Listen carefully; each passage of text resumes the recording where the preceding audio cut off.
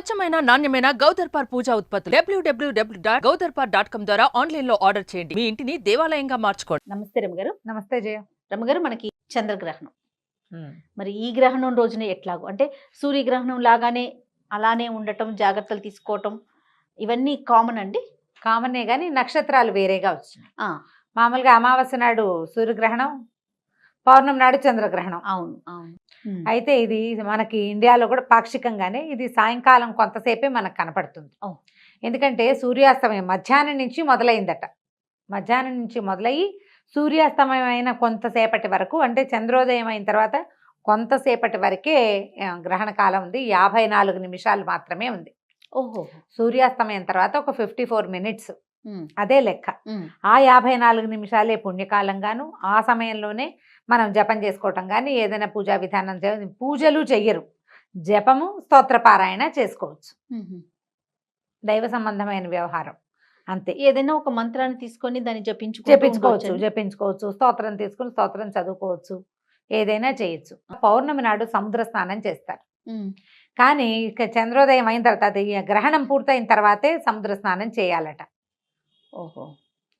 గ్రహణ సమయంలో కాకుండా పుణ్యస్నానాలు విడిచిన తర్వాత, ఈ సమయంలోనే మనం జపాలు తపాలు ఏం చేసుకోదలుచుకుంటే అది చేసుకోవటం. భరణి నక్షత్రం మేషరాశిలో వచ్చింది కాబట్టి ఈ నక్షత్రానికి సంబంధించిన జనం ఎవరైతే ఉన్నారో వాళ్ళు ఈ సమయంలో ఏదైనా జపం చేసుకోవటము, దానాదులు నిర్వహించుకోవటము చేయొచ్చు. గర్భిణీ స్త్రీలు అయితే సాయంకాలం నుంచే, మనకి మధ్యాహ్నం నుంచే మొదలవుతుంది కానీ మనకి లేదు, అది ఎండవేళేటప్పుడు కదా, కనపడదు కదా, అసలు మనకు తెలియదు. తెలిసేది ఆ కాసేపే కాబట్టి ఆ కాసేపు పాటిస్తే సరిపోతుందని మధ్యాహ్నం తర్వాత, అంటే కొంచెం 3-4 గంటలకి అట్లా అక్కడి నుంచి మొదలు పెట్టుకుని కాస్త 7 గంటలు అయ్యేదాకా, ఇప్పుడు దానికి ఎట్లాగో ఇంచుమించుగా దీనికి కూడా అదే సమయం, సూర్యాస్తమయానికి ఎట్లా అదే మన సూర్యగ్రహణానికి ఎలా పాటించామో అటు ఇటుగా దీనికి కూడా అదే పాటింపు. పట్టు విడుపు స్నానాలు అవన్నీ కూడా మామూలే. అయితే ఏంటంటే ఇక్కడ మనం పట్టు స్నానం విడుపు స్నానం ఎప్పుడు చేస్తాం అంటే, ఇది పట్టడం మధ్యాహ్నం 2ంటికి పట్టినా కూడా సాయంకాలం వేళ చేసుకుంటారు.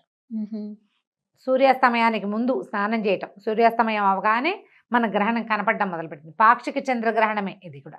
మొన్న వచ్చింది పాక్షిక సూర్యగ్రహణం, ఇది పాక్షిక చంద్రగ్రహణం. దీనికి ఇంకోటి ఏదో ప్రత్యేకమైన పేరు కూడా ఉంది, నాకు ఆ పేరు జ్ఞాపకం లేదు, సుబ్రహ్మణ్యం గారు చెప్పారు కానీ పేరు మర్చిపోయాను నేను. అయితే ఇది ఈ శాస్త్రజ్ఞులు, జ్యోతిష్ శాస్త్రవేత్తలు వాళ్ళు అయితే చక్కగా ఆ పేర్లు కూడా ఘడియలు విఘడియలతో సహా చెప్తారు. మనం క్యాజువల్ గా మాట్లాడుకుంటాం, దీని మీద ఒక చిన్న అవేర్నెస్ కోసం చెప్తున్నాం అంతే. రమగారు, గర్భిణీ స్త్రీలు ఇప్పుడు కూడా జాగ్రత్తగా ఉండాలి. ఈసారి వెంటనే 15 రోజుల గ్యాప్ తోటి వచ్చింది.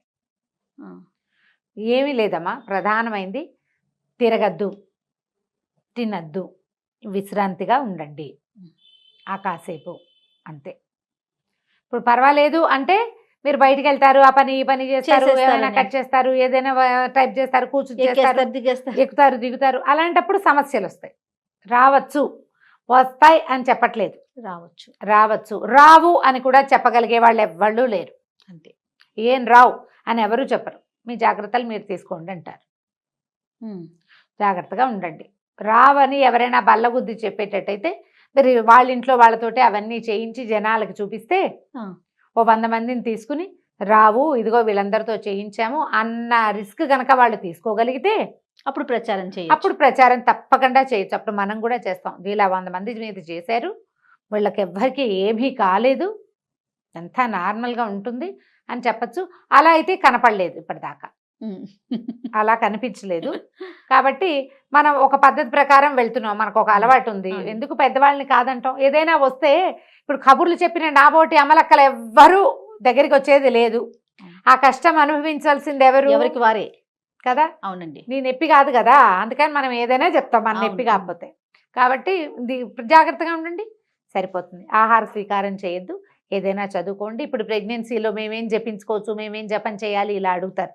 మీరేం జపం చేద్దామా, విశ్రాంతిగా ఉండండి, ఓపికగా ఉండి నార్మల్గా ఉంటే ఏదైనా స్తోత్రాలు లాంటివి చదువుకోవచ్చు. జపం అనేది ప్రధానంగా ఉపదేశం ఉన్నవాళ్ళు చేసేది. మనం చదువుకునేవన్నీ స్తోత్రాలు, ఏదైనా చదువుకోవచ్చు.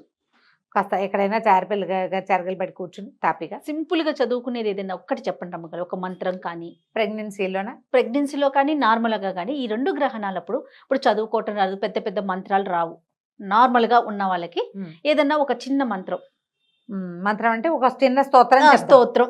ఆపదామ భర్తారం దాతారం సర్వసంపదాం లోకాభిరామం శ్రీరామం భూయో భూయో నమామ్యహం.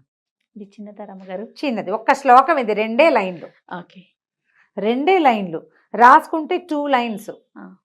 మనం డైరెక్ట్ గా చెప్తే 9 సెకండ్లు పడుతుంది అంతే. అంతే. ఓం నమ శివాయ ఇలాంటివి అంటే అలాంటివి జపించవచ్చా? మీకు మీ ఇష్టం అదంతా. ఓకే. నన్ను అడిగితే నేను ఇది చెప్తా. నువ్వు నన్ను అడిగావు కదా, నీకు కావాల్సింది నేను ఎట్లా చెప్తా? కాదు రమ్మగారు, ఇంకా సింపుల్ గా చెప్తారనుకున్నా నేను. ఏముంది ఇది అనుకోవచ్చు కదా, శ్రీరామ జయ రామ జయ జయ రామ అనుకోవచ్చు. అలా అది నేను అడిగింది. హరే రామ హరే సామాన్యుల కృష్ణ కోసం. అనుకోవచ్చు. హరే రామ రామ రామ హరే హరే, హరే కృష్ణ కృష్ణ కృష్ణ హరే హరే. ఒక 5-6 సార్లు అన్నాక ఒంట్లో ఇలా చిన్న ఒక ఊపు వస్తుంది. ఇది అనుకుని చూడండి నేను అన్నట్టుగా. ఇది నేను ఎక్స్పెక్ట్ చేసింది. ఓకే, మీ ఎక్స్పెక్టేషన్స్ కూడా ఒకటి చెప్తా. నేనైతే ఆపదామ పడతారని చెప్తాను చేయ. నువ్వు ఇలా ఇంకా ఈజీగా అడిగావు కాబట్టి అక్షరాలు తప్పులు లేకుండా మీరు ఒక 10-11-12 సార్లు అనేసరికల్లా లోపల అలా ఒక చిన్న ఇది వస్తుంది.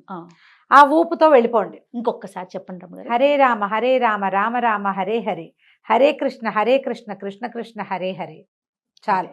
అదే అదే అదే అదే అనుకుంటూ ఉండండి. పడుకోండి. రాముడు కృష్ణుడు మన ఉద్ధరించడానికి భూలోకంలో పుట్టారు. భగవంతుడు అయ్యుండి కూడా మనలాగానే జీవించారు. వాళ్ళు మనకి తోడుగా ఉంటారు.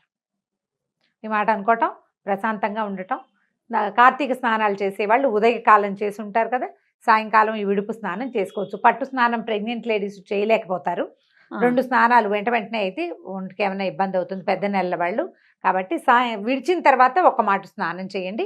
ఆ తర్వాత ఆహార స్వీకారం చేసుకోవచ్చు. ఓకే. దర్భలు వేయటము, మన ఇంట్లో ఉన్న వాటిని ప్రొటెక్ట్ చేసుకోవటం, ఇంటిని శుద్ధి చేసుకోవటం, ఇవన్నీ ఎప్పుడు గ్రహణాలకు ఏం చేస్తామో అదే సేమ్ విధానం, మార్పు లేకుండా. నమస్తే. నమస్తే.